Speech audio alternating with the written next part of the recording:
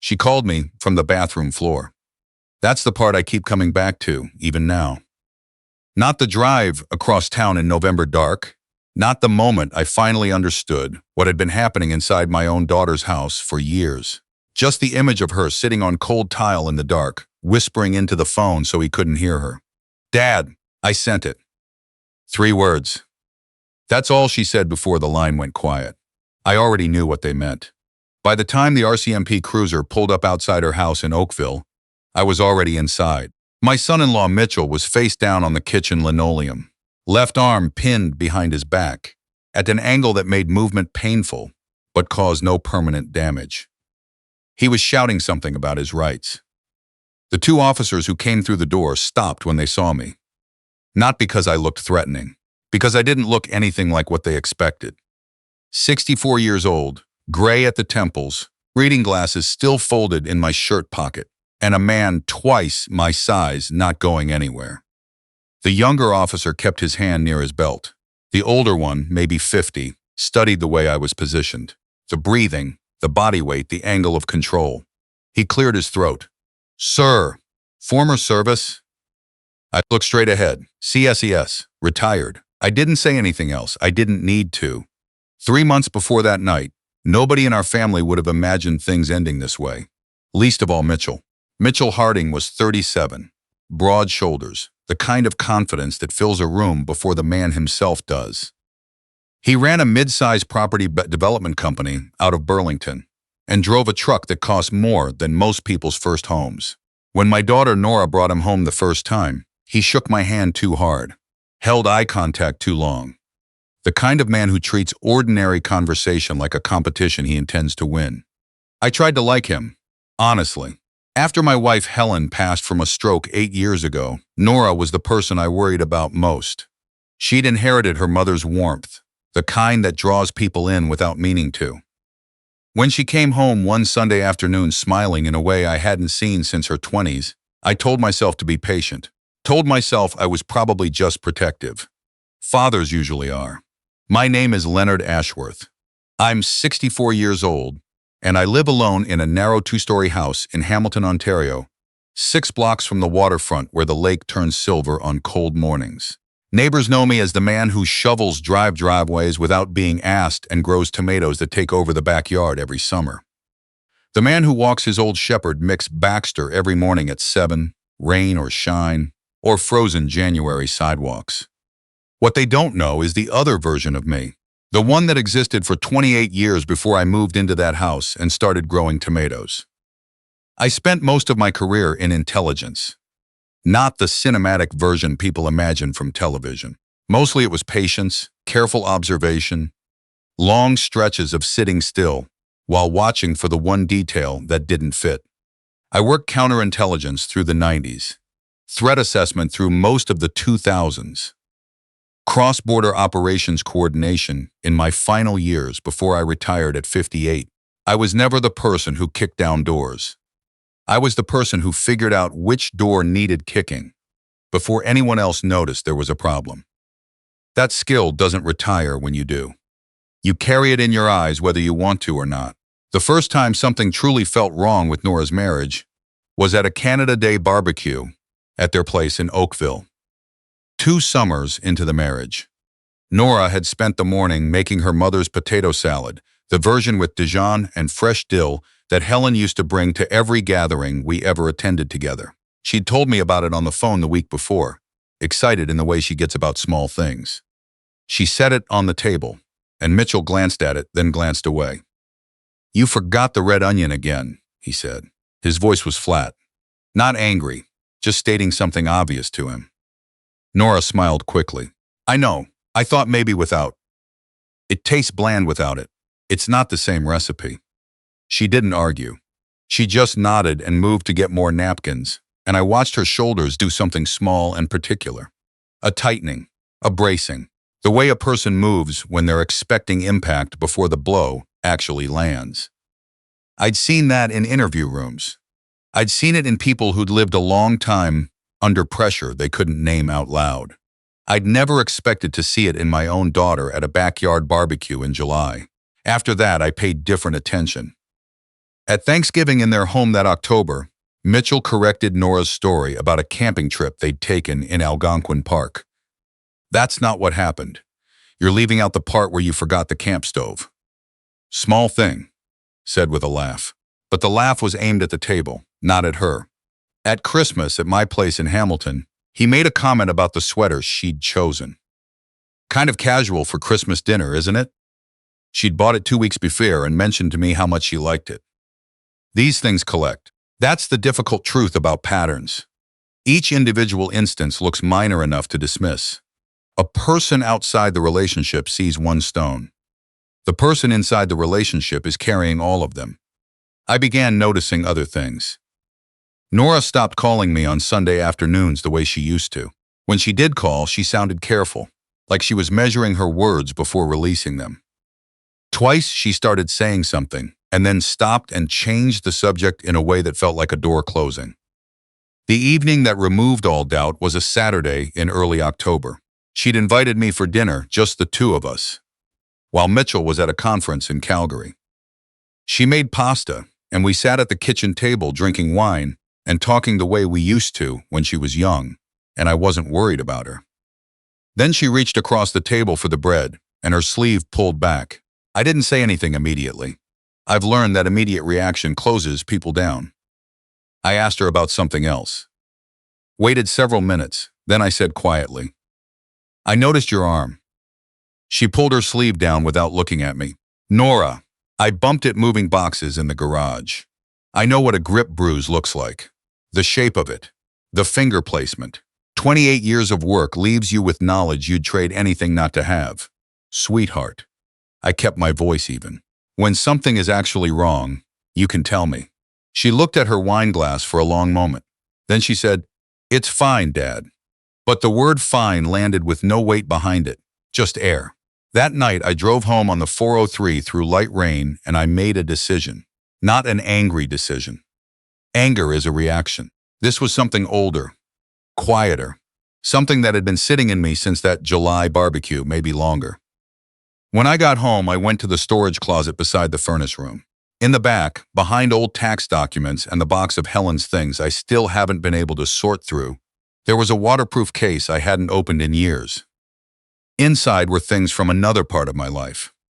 A radio encrypted to a private frequency I no longer use. A laminated card with communication protocols I'd developed over decades. And a notebook with a handwritten code Nora and I had created together when she turned 17.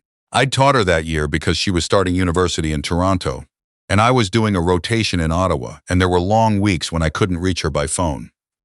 We created simple signals. If she ever needed me and couldn't say so openly, she had a system. She'd thought it was a little dramatic at the time. She'd humored me the way teenagers humor parents they love but don't quite understand yet. "You're like a spy movie, Dad." "Not a movie," I told her. "Just precautions." I remember she'd looked at me differently after that, like she was revising some calculations she'd been making about who I was. I sat at the kitchen table that night after driving back from Oakville, and I wrote down the distress signal. Then I texted Nora, "Hey, reminder, you know how to reach me if you ever need to, right? No questions asked, no delays." She replied 20 minutes later, "I know, Dad. Love you." I put the phone down and went to bed. I didn't sleep much. 6 weeks later, on a Thursday night in November, my phone lit up at 11:43. The message was from Nora. "Dad, can you look up that old family recipe for Grandma's butter tarts?" I think I lost the card. Below that, 2 characters. A specific number combination we'd agreed on 10 years ago, over a long-distance call from Ottawa. I was out of bed before I finished reading. That's the thing about the kind of fear that arrives when someone you love is in danger. People imagine it's loud. Movies show the heart pounding, the shaking hands, the dramatic gasp. But what actually happens, at least to me, at least after the kind of career I had, is something different. Everything becomes very still, very clear. The brain shifts registers in a way I've never been able to fully describe to people who haven't experienced it. The noise of ordinary life drops away, and what remains is clean, cold precision. I called 911 on my way to the garage. The dispatcher was calm and professional. I told her there was a possible domestic violence situation in progress at an address in Oakville, that the victim had used a prearranged distress signal, that I was the father and I was en route. She asked me to wait for officers. I understand, I said. I'll maintain contact, which was not a commitment to wait. The 403 East was quiet at that hour, the wet pavement reflecting orange highway lights. I drove steadily, not fast enough to attract attention, fast enough to matter. Baxter was asleep in the kitchen. I'd left the back light on the way I always do. I called Nora from the car. It rang 4 times before she answered. Background noise. Mitchell's voice, raised, something breaking. I'm almost there, I said quietly. Stay in the room you're in. She disconnected. Or the call was disconnected.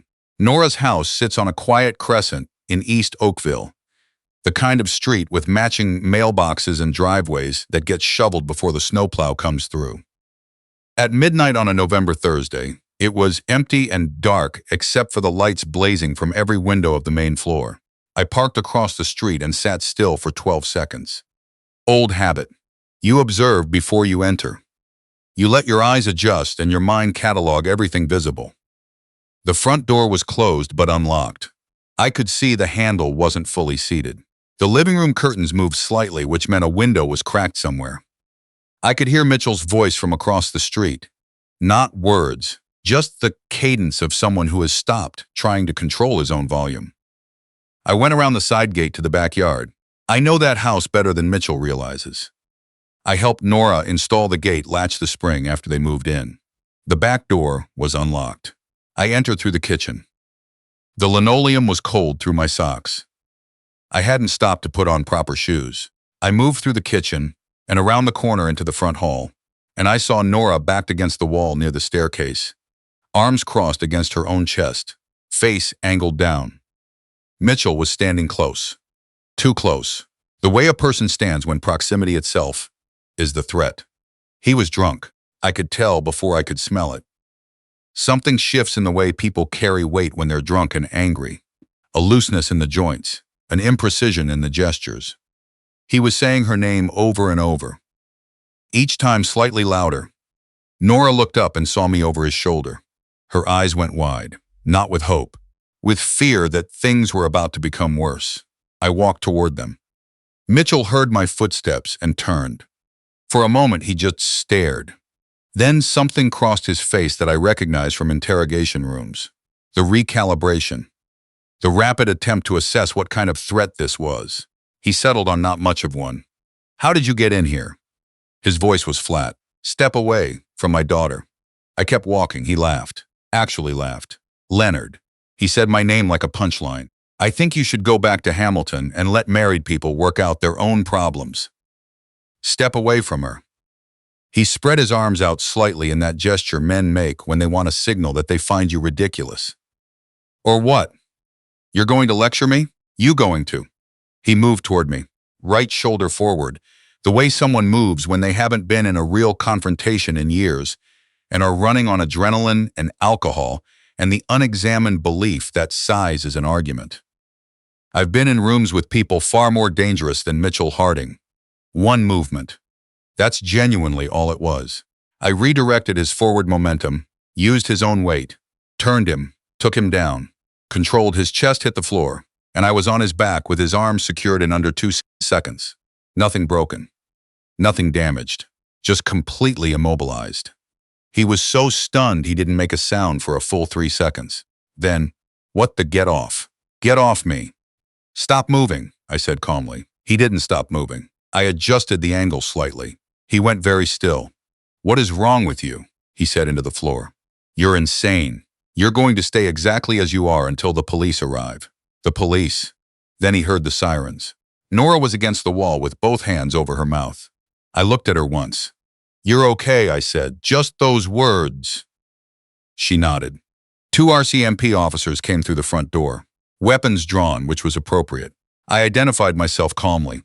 Said I was releasing the suspect and standing up slowly. I kept my hands visible through everything. The older officer watched the way I released Mitchell and stepped back and stood. You could see the assessment happening behind his eyes. After they cuffed Mitchell and sat him in a chair, The officer asked me quietly how I'd entered the residence. Through the back. The door was unlocked. My daughter had sent a prearranged distress signal, and I had reason to believe she was in immediate danger. He wrote something down. And your background, sir? Federal. Retired. He nodded once, a small compact nod that meant he understood something without needing the details spelled out. Mitchell was handcuffed and sitting in the kitchen chair now. The bluster deflated out of him. He looked smaller than he ever had in the years I'd known him. He looked at me with something that wasn't quite hate and wasn't quite shame. Something in between. You had no right, he said. I didn't answer. Nora was sitting on the bottom stair with a blanket one of the officers had found in the hall closet. Her lip was swollen on one side. When I sat beside her and she leaned against my arm, it took everything I had to keep my breathing even. I should have called sooner, she whispered. I looked at the wall across from us. You called when you were ready. I was scared you'd. She stopped. What? I didn't want you to do something that would get you in trouble. 30 years ago, that sentence might have made me laugh. That night, it made my throat close. I'm fine, I said. You're fine. That's all that matters. The truth about the period after that night is that it's quieter and harder than anything that came before it. People expect the dramatic rescue to be the turning point where everything becomes easier. It doesn't work that way. Nora stayed in her old room in my Hamilton house for 3 weeks. I hadn't changed it much after she moved out a decade before. Same quilt her grandmother had sewn. Same desk from when she was studying for her law boards. I'd stacked some boxes along one wall, but otherwise it was still hers, which I realize now was probably not an accident. The first morning she was home, I woke before light out of long habit and put coffee on and stood at the kitchen window, watching the backyard and trying to feel grateful rather than angry. Anger, when it arrived that morning, surprised me. Not at Mitchell, exactly. At myself. For all the Sundays I'd noticed something and let it pass. For the September barbecue and the Christmas dinner. And all the other moments when I cataloged the data and filed it away instead of acting on it. She came downstairs in one of my old university sweatshirts and poured herself coffee and sat across from me at the table. You don't have to hover, she said. I'm not hovering. I'm sitting. You've been sitting here for 2 hours. I like this view. She wrapped both hands around her mug and looked at me. Are you okay? In 40 years of working with classified information, I'd gotten very good at answering questions without actually answering them. So it surprised me when I said, no, not entirely. She was quiet. I keep thinking about when I should have asked more directly, said something clearer. She looked down into her coffee. I wouldn't have told you. I know. I kept thinking if I was calmer or better at managing him, or... She stopped.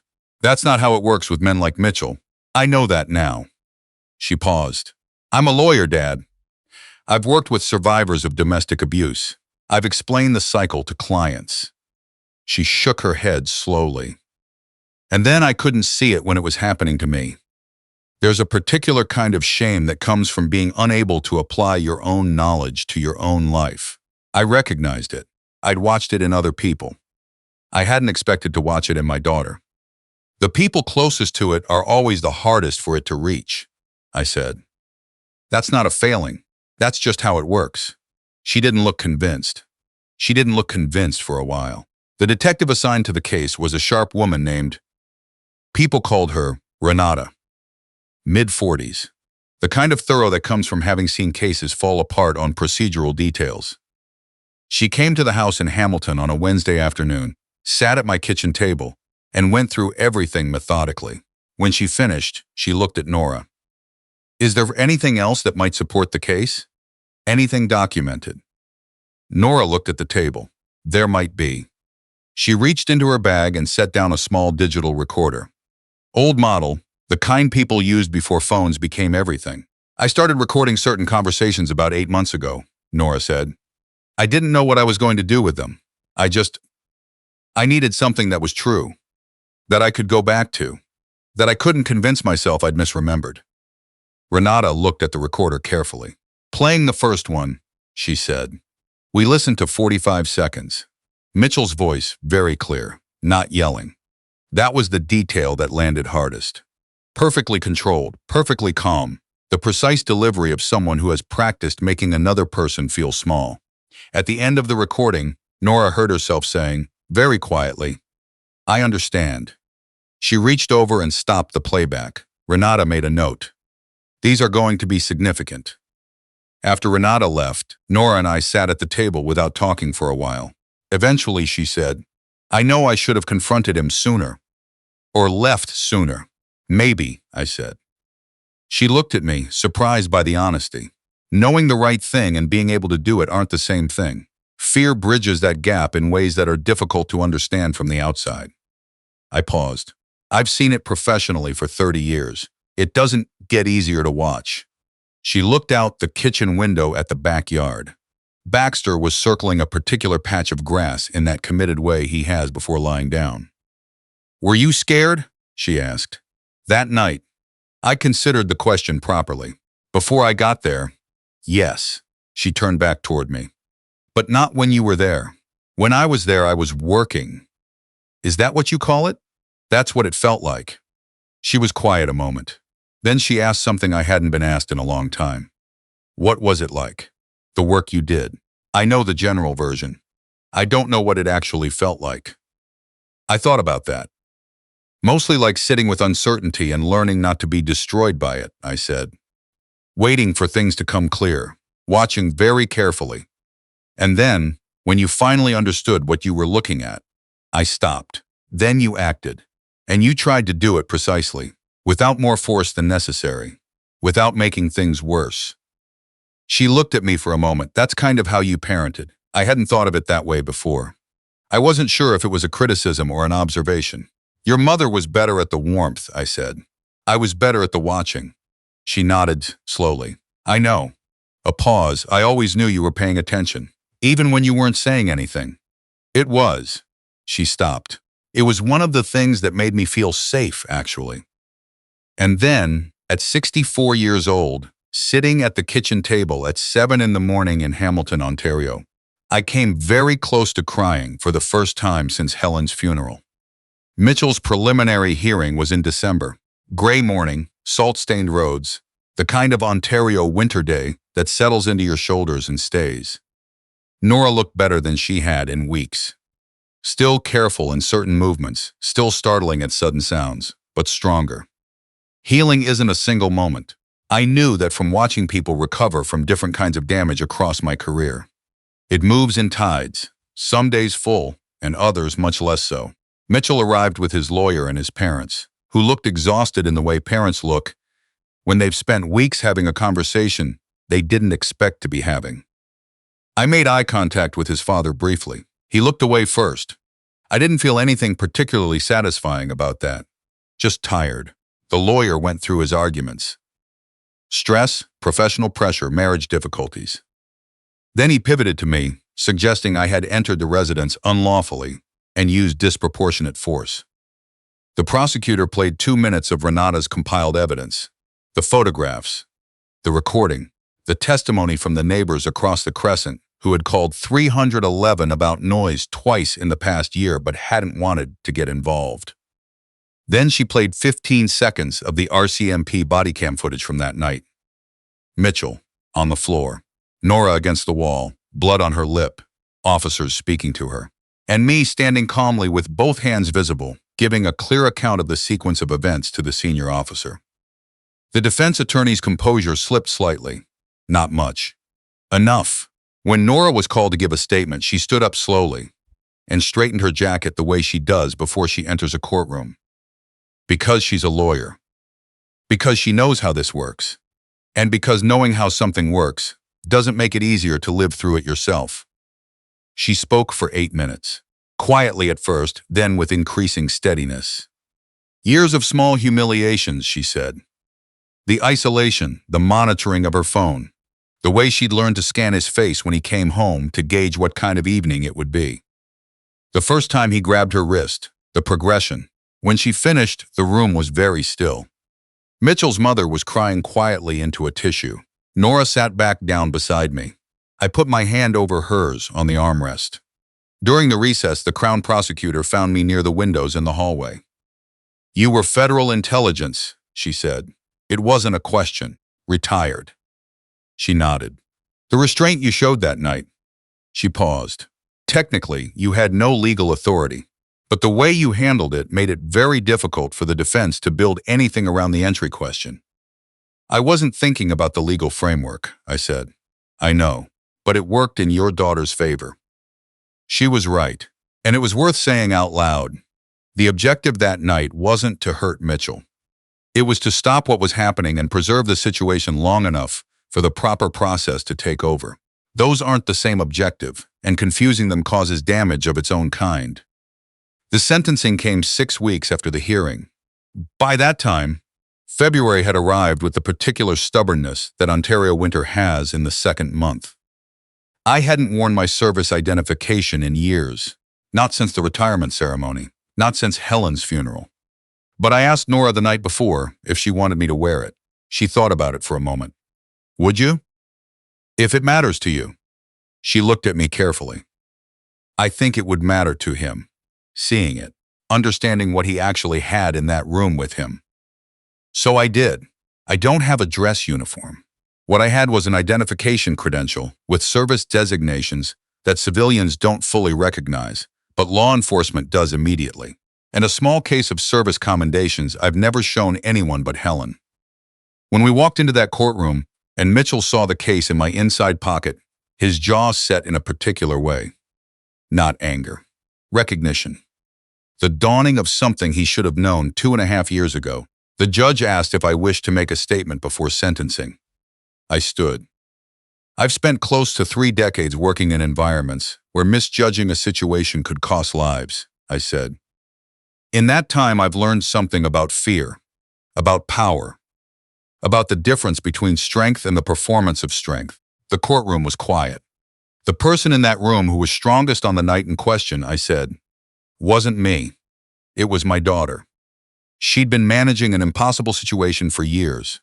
She'd gathered evidence methodically. She'd protected her own safety long enough to ask for help, and she'd walked into a courtroom and told the truth to strangers. I paused. What I want this court to understand is that accountability isn't punishment for its own sake. It's the thing that makes healing possible, for everyone in that room. I sat down. Nora was looking at her hands. When she looked up, her eyes were bright. Mitchell received a conditional sentence, mandatory counseling for alcohol dependency and domestic violence, 2 years probation, and a permanent restraining order. The conditions were strict. The judge was precise. As the deputies guided him toward the exit, Mitchell stopped briefly. He didn't look at me. He looked at Nora. I'm sorry, he said.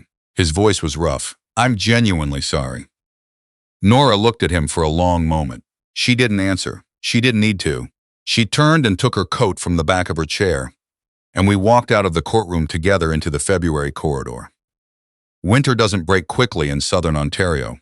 It recedes gradually, reluctantly, in small daily concessions. A degree warmer one week, ice becoming slush on the sidewalks. Then the particular gray-brown mud of March that everyone pretends to hate, but that actually means the worst is over. By March, Nora had found an apartment in downtown Hamilton, 2 blocks from the waterfront, 3rd floor, good light in the mornings.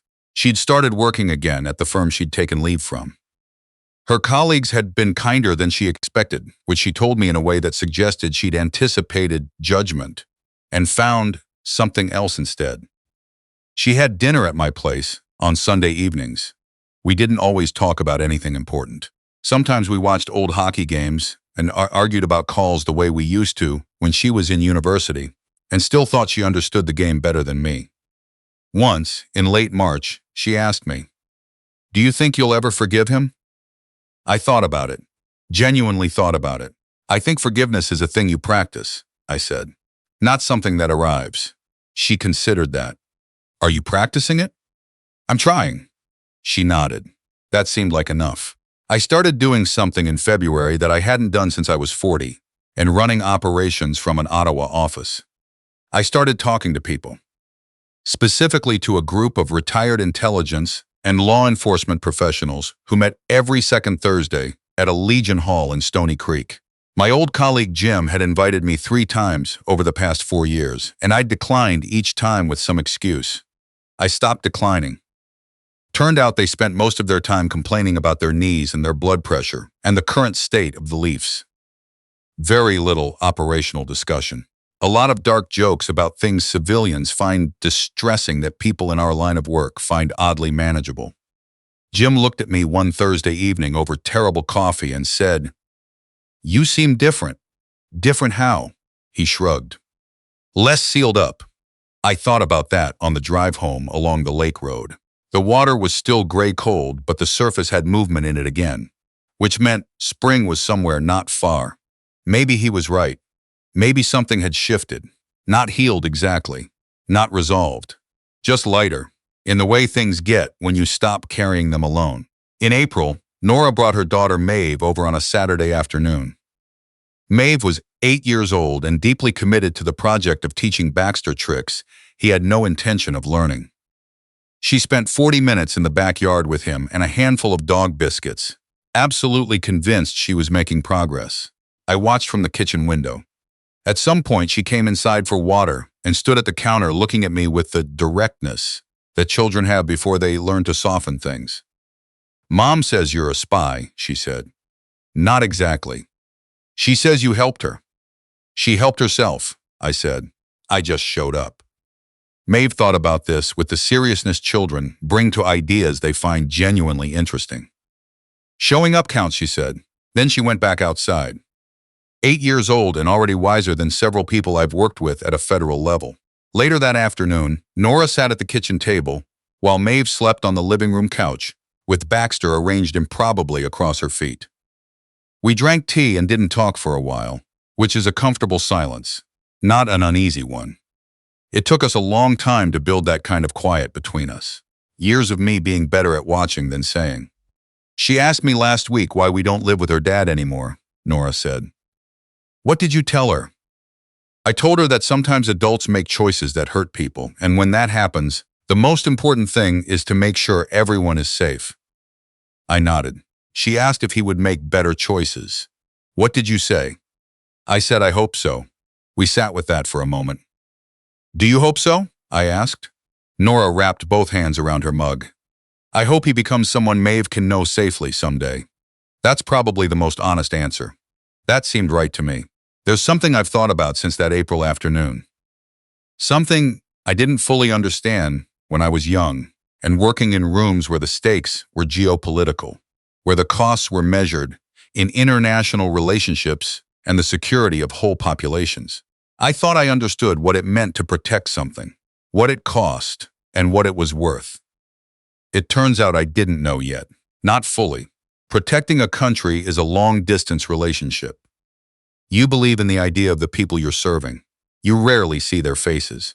But this, sitting in my kitchen in Hamilton with my daughter drinking tea while my granddaughter slept in the next room, this is a different kind of protection. Immediate, personal, no distance at all. When Nora was leaving that afternoon, she stopped at the door and looked back at me. "Thank you," she said, "for answering." I thought about the night in November, the text message, the drive across town in the dark. There was never a question about answering, I said. There was only the question of getting there in time. She smiled in a way that reminded me, suddenly and completely, of her mother. Then she took her daughter's hand and walked out into the April afternoon. I stood at the door for a while after their car turned off the crescent. Baxter sat beside me with the reliable patience he brings to everything. The maple at the edge of the yard was finally coming in green. I thought about what Jim had said, less sealed up. I wasn't sure that was the full description. More like certain things I'd spent decades keeping separate from each other had finally been allowed to sit in the same room. The professional and the personal. The trained and the feeling. The man who spent 30 years learning how to be still, and the father who had spent years sitting in that stillness when his daughter needed motion. People ask what strength looks like, sometimes. They think they mean something about force. They almost never mean that. Strength is knowing what to do with what you carry. The patience to wait until the right moment. The clarity to act without losing what matters most in the process.